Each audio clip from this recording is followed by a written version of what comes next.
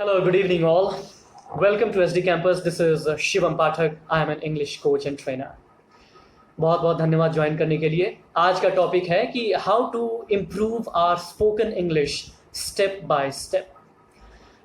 लोग कहते हैं कि एक अच्छा वक्ता होने के लिए सबसे पहले आपको एक अच्छा श्रोता होने की ज़रूरत है, और ये बात सच में मायने रखती है।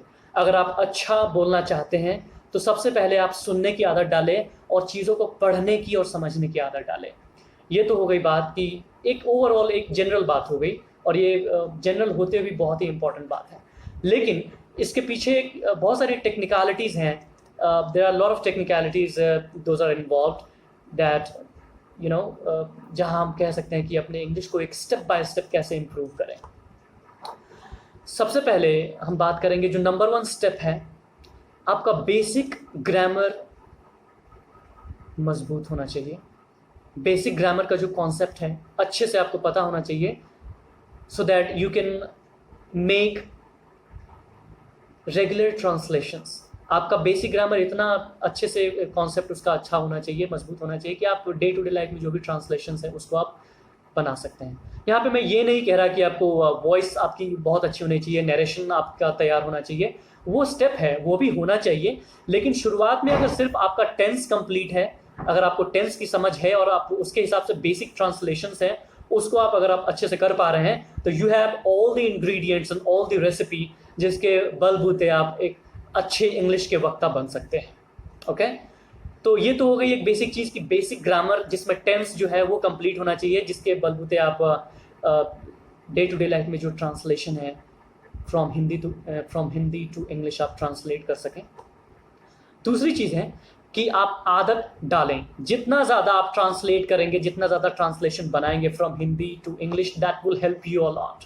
और उसके साथ साथ आप ये भी आदत डालें कि पेन और पेपर के बिना भी अगर कोई वर्ड आता है, कोई सेंटेंस आता है, तो आप मुँह ज़बानी उसको इंग्लिश में ट्रांसलेट करने की कोशिश करें। Let's say for an example, जैसे कि माई ब्रदर इज़ हेयर, और उनसे मुझे पूछना है कि आप कहाँ जा रहे हैं, तो मुझे उसी टाइम पे सोचना चाहिए कि मैं अगर इनसे ये इंग्लिश में पूछूं कि आप कहाँ जा रहे हैं, then I would try to make a translation, I will translate this. तो मैं पूछूंगा उनसे, वेयर आर यू गोइंग। इससे क्या होता है कि अगर आप चीज़ों को धीरे धीरे थॉट प्रोसेस में लाते हैं और मुँह ज़बानी अगर आप उसको from Hindi to English translate करते हैं, तो क्या होता है कि आपका थॉट प्रोसेस जो है इंग्लिश में धीरे धीरे चलने लगता है। हिंदी हमारी मातृभाषा है, तो हमारा थॉट प्रोसेस है वो हिंदी में चलता है। लेकिन जैसे जैसे आप इसको इंग्लिश में थोड़ा बार बार ट्रांसलेट करने की कोशिश करेंगे मन में ही, तो वहाँ पे आपका जो थॉट प्रोसेस है धीरे धीरे इंग्लिश में भी काम करना शुरू करेगा। जो थर्ड स्टेप है, read as much as you can. जितने भी इंग्लिश की लिटरेचर्स हैं, बुक्स है, कहीं भी कुछ भी मिल गया, कोई ब्लॉग मिल गया, कोई आर्टिकल मिल गया, उसको आप पढ़ें। Apart from that, watch English videos, news channels and watch English movies. जहाँ पे मूवीज़ तो बहुत ही इंपॉर्टेंट है, क्योंकि सबसे आसान तरीका भी है यहाँ पे। एक तो मूवीज़ देखने में बहुत ही इंटरेस्ट आता है, तो उसको आप लंबे समय तक देख सकते हैं, आधा घंटा 1 घंटा एक पूरी मूवी आप देख सकते हैं। That would be really helpful, और इससे आपका थॉट प्रोसेस और बिल्डअप होगा, कंटेंट आपके दिमाग में बिल्ड करेगा। The fourth and the most important, यहाँ तक तो आप पहुँच गए, लेकिन आपको अगर अपनी इंग्लिश को धारा प्रवाह तरीके से बोलना है, बिना अटके बिना झटके और एक फ्लुएंसी के साथ बोलना है, तो group discussion plays a very very big role. It plays a vital role.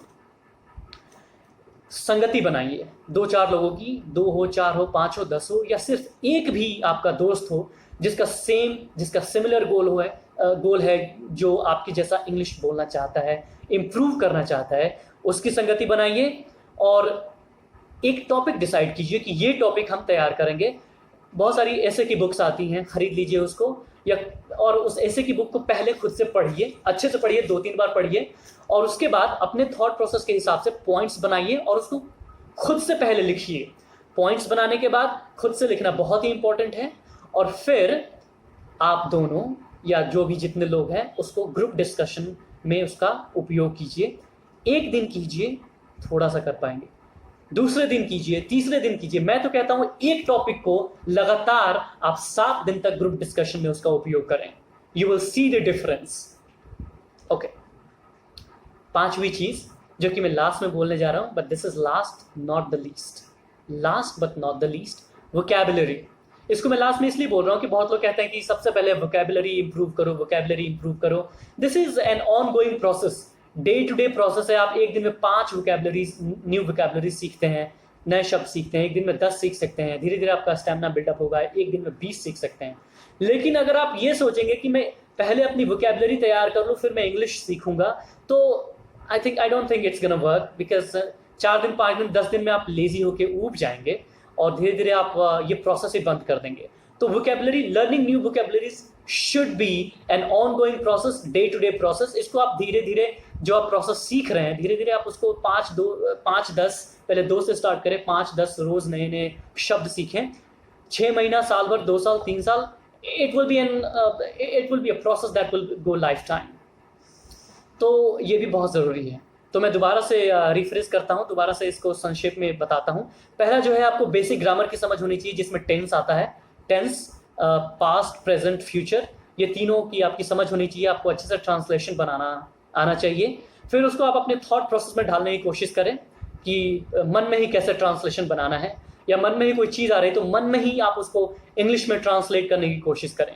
जो अगली चीज़ आती है, read English articles, watch English movies, watch news, read newspaper. English की जो भी चीज़ें उसको पढ़िए, सुनिए और इंग्लिश में लिखने की भी आदत डालें। वो आपको बहुत ही हेल्प करेगा, आपके थॉट प्रोसेस को इंग्लिश में थोड़ा सा बिल्ड करेगा।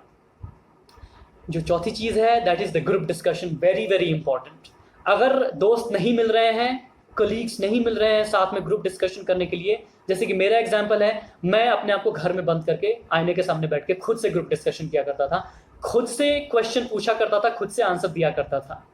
या कहीं मैं चल रहा हूँ, सामने से कुछ दिख रहा है मेरे को, कुछ बिल बोर्ड दिख गया या कोई चीज़ थॉट प्रोसेस में आ गया, तो मैं उसी टाइम पे सोचता था कि इसको इंग्लिश में कैसे मैं ट्रांसलेट करूँगा। इंग्लिश में ट्रांसलेट करता था, दिन भर यही करता रहता था। मेरी हॉबी बन गई, मेरी आदत बन गई। दिन भर मैं यही करते करते 6 महीने बाद मुझे ऐसा लगा, वैसे फ़र्क तो 1 महीने बाद ही महसूस हो गया था, 6 महीने बाद I was really comfortable in speaking in English. So these are the things. Vocabulary of course you have to, it's an ongoing day to day process. हर रोज़ थोड़ी थोड़ी वोकैबुलरी सीखनी है आपको। दिस इज़ इट दोस्तों, thank you very much. आशा करता हूँ कि थोड़ा बहुत मैं अपने नॉलेज को इम्पार्ट कर पाया हूँगा, आपके साथ शेयर कर पाया हूँगा। I would say once again, I'm a guy who I belong to Muzaffarpur, Bihar. एक छोटा सा गांव है भलवैया, ढाका के बगल में। तो I was a guy जो आम के पेड़ के नीचे बोरिया बिछा के मैंने पढ़ाई की है। घर की स्थिति इतनी अच्छी नहीं थी, 300 से 500 रुपये नहीं होते थे कि मैं जाके अपने 10th और 12th की कोचिंग कर पाऊँ। And then I decided that I have to go to Delhi.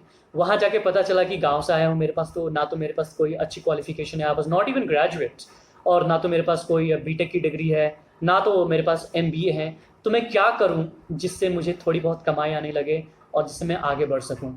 The only thing I could think about at that moment is how to improve my English. मैं आपको गारंटी देता हूँ, अगर आपके पास कुछ भी नहीं है, सिर्फ आप 12th पास हैं और आपकी इंग्लिश अच्छी है, तो आप आज के डेट में भी अभी भी किसी अच्छी कंपनी में शुरुआत से ही 15 से 25 हज़ार रुपये महीना कमा सकते हैं। This is my commitment to you, because I am the live example. मैंने वहाँ पे बहुत मेहनत की, इंग्लिश सीखा। जो प्रोसेस मैंने बताया आपको कि मैं कहीं भी चलता था तो अपने थॉट प्रोसेस में सोचता था कि इंग्लिश में कैसे बोलना है। घर में बंद करके अपने आप को ग्रुप डिस्कशन किया करता था, कोई दोस्त नहीं होता था फिर भी। All these things that has helped me a lot, and now I have been successfully working with an MNC for last 8 to 10 years. Also, I am an English coach, and I'm really glad that I'm able to impart and share my knowledge with you. Thank you very much. Rise and shine.